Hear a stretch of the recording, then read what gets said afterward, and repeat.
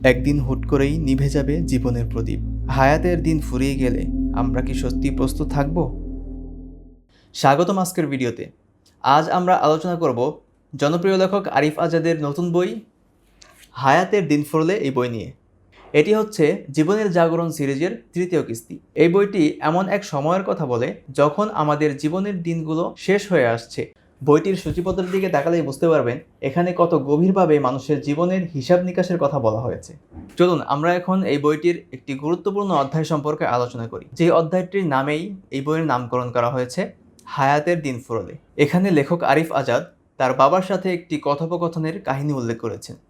তিনি তার বাবাকে জিজ্ঞাসা করেছেন, যদি আল্লাহ তাআলা আপনাকে তারুণ্য ও যৌবন আবার ফিরিয়ে দিতেন, তখন আপনি আপনার জীবনকে কিভাবে অতিবাহিত করতেন?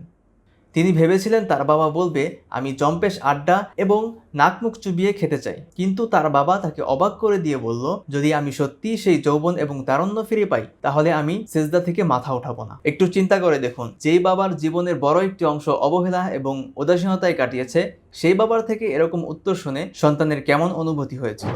প্রাচীন রোমে যখন রোমান সেনাবাহিনীরা যুদ্ধ জয় করে ফিরত, তখন একদল লোক বিজয় সৈন্যদের কানে কানে বলতো, মেমেন্টো মরি, অর্থাৎ মনে রাখো একদিন তুমিও মৃত্যুবরণ করবে, আমরা অমর। এই কথাটা যেন ওই রোমান সৈন্যবাহিনীর মনে বদ্ধমূল না হয়ে যায়, সেই কারণেই এই ব্যবস্থা। আপনি কি সেই ব্যক্তি যিনি জীবনের গভীর অর্থ খুঁজছেন? তাহলে হায়াতের দিন ফুরলে হতে পারে আপনার উপযুক্ত সঙ্গী। আপনি যদি সত্যিই জীবনের গভীর অর্থ জানতে চান, তাহলে আমি অবশ্যই বলবো এই বইটি পড়ুন। বইটির প্রতিটি পৃষ্ঠা আপনাকে নতুনভাবে জীবন সম্পর্কে ভাবতে বাধ্য করবে। আমাদেরও সময় ফুরিয়ে যাবে, কিন্তু সেই সময়ের আগে কি আমরা নিজেদেরকে ঠিক করে নিতে পারবো? জীবনের প্রতিটি মুহূর্ত মূল্যবান।